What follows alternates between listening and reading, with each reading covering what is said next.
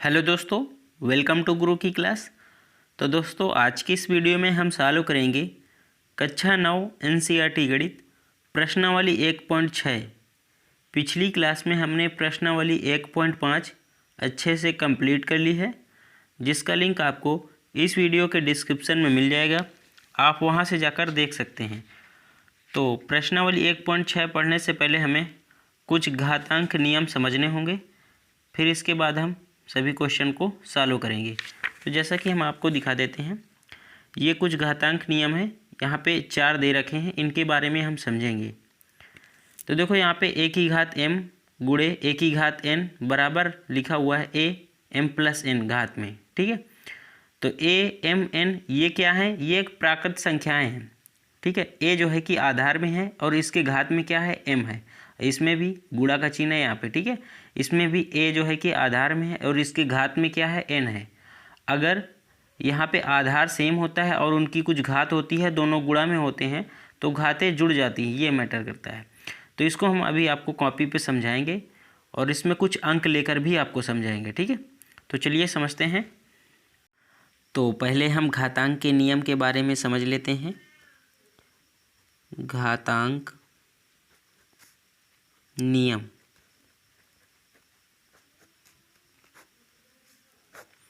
First नियम है a की पावर m गुणे a की पावर n बराबर a की पावर m प्लस n हो जाएगा। यहाँ पे a m n से ये मतलब है कि ये कोई प्राकृतिक संख्याएं हैं। ठीक है, यहाँ पे लिख देते हैं हम a m तथा n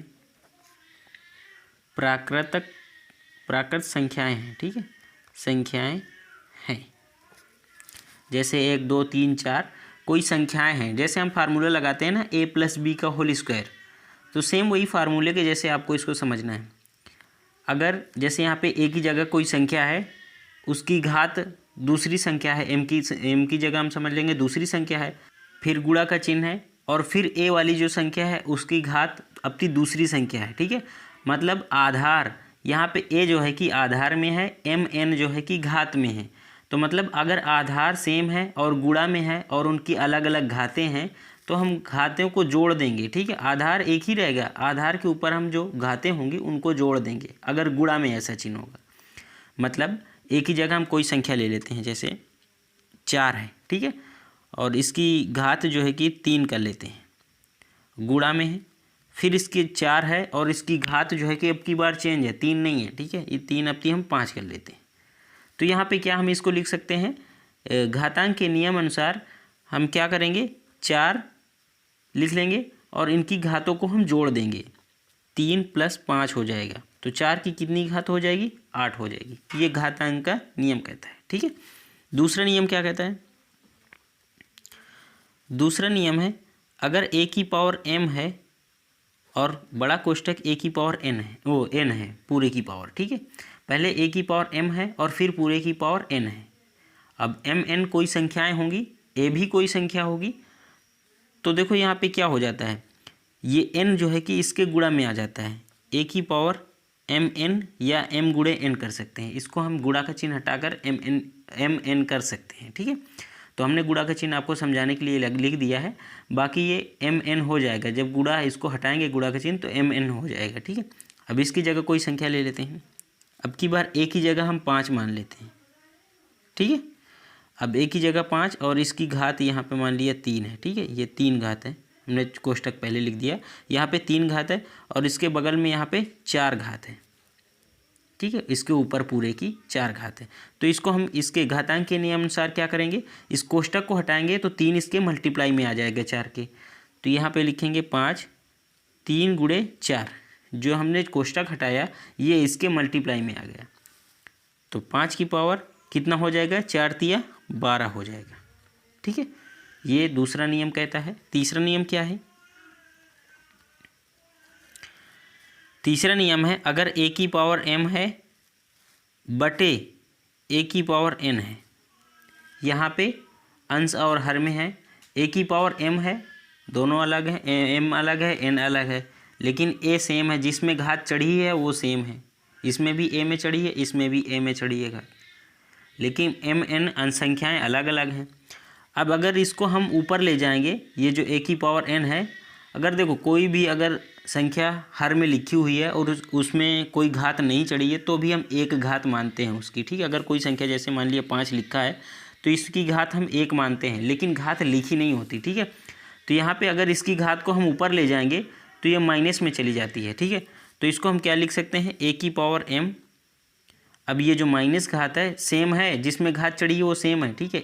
ए सेम है ना, तो इस एन को अगर ऊपर ले जाएंगे तो ये माइनस में चली जाएगी, ऊपर घात मतलब घट जाएगी। अब इस पर कोई संख्या ले लेते हैं, सपोज दैट 5 ही लेते हैं।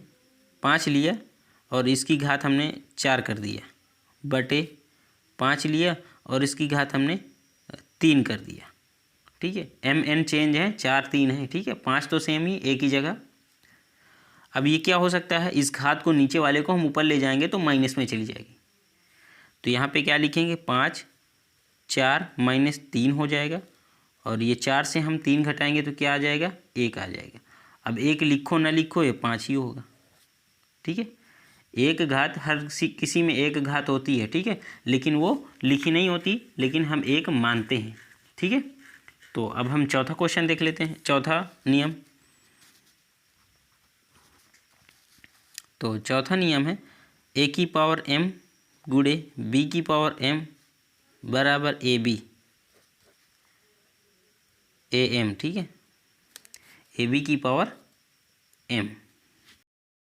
तो यहाँ पे जो घात है एम एम दोनों में सेम है, तो दोनों को हम गुणा में कर सकते हैं, या ऐसे लिख सकते हैं ए गुणे बी पूरे की पावर एम कर सकते हैं। घात सेम है तो हम पूरे में लगा दिए, ठीक है।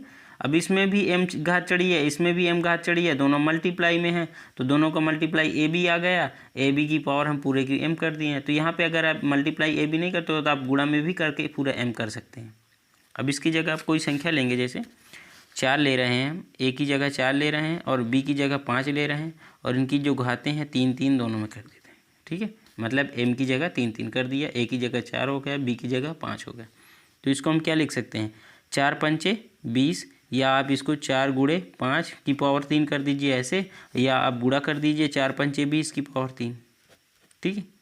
ऐसे भी आप कर सकते हैं। तो ये नियम 4 थे, आपको बहुत अच्छे तरीके से समझ में आए होंगे। अब हम क्वेश्चन सॉल्व करते हैं, प्रश्नावली 1.6 का पहला।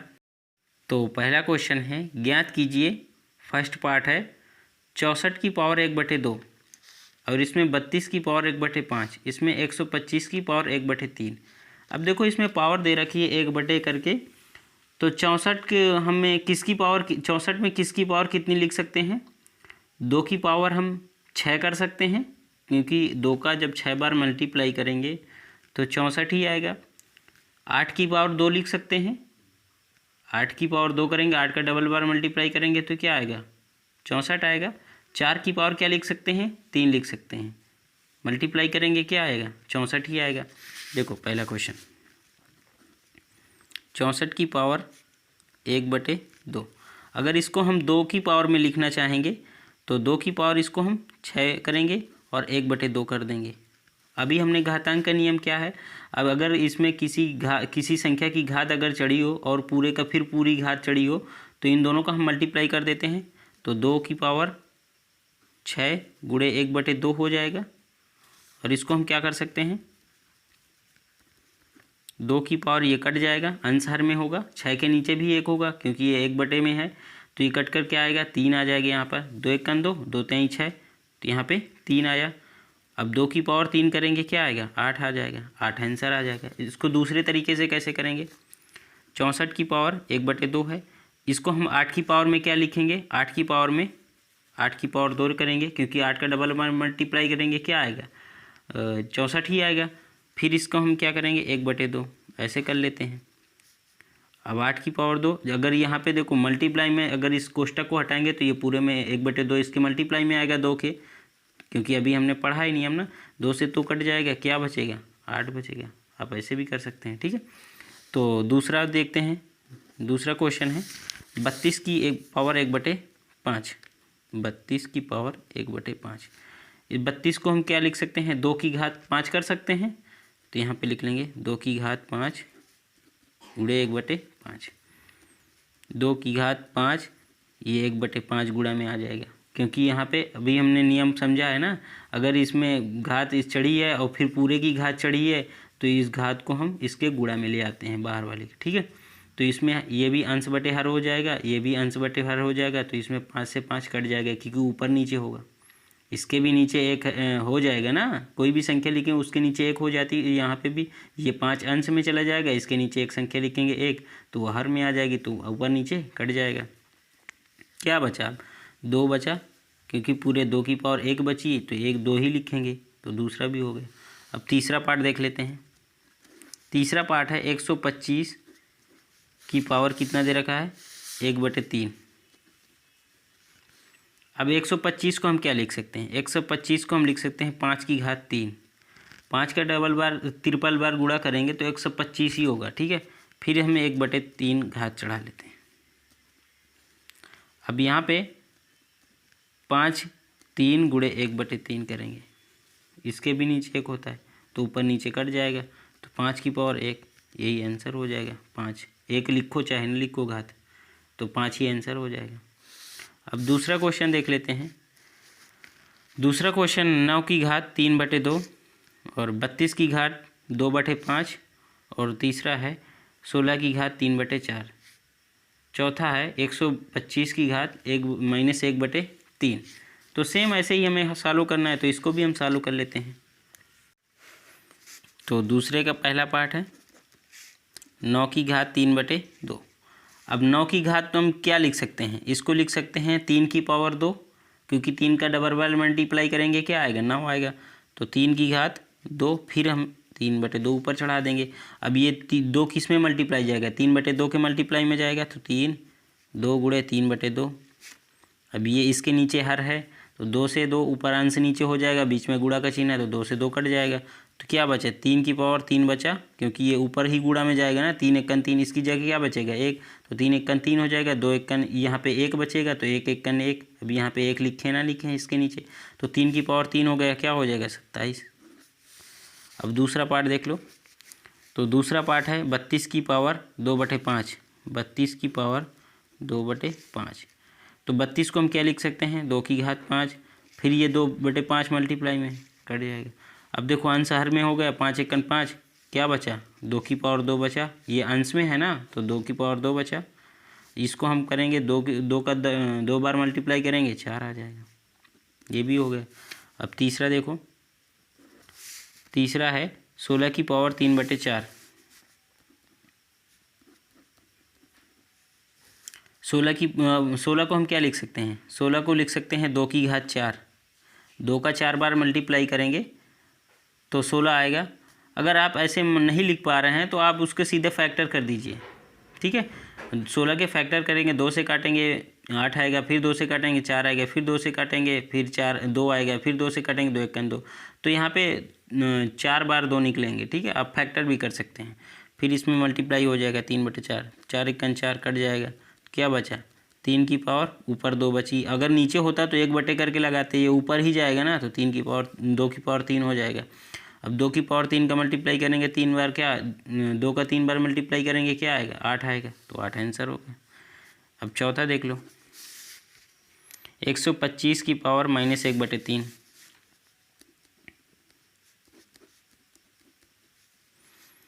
अब 125 को हम क्या लिख सकते हैं, 125 को लिख सकते हैं 5 की घात 3, फिर -1/3, 5 की घात 3 गुणे -1/3, यहाँ पे माइनस के लगे, ठीक है, माइनस का चिन्ह है तो माइनस का लगाएंगे, गुणा का चिन्ह तो आएगा ही आएगा।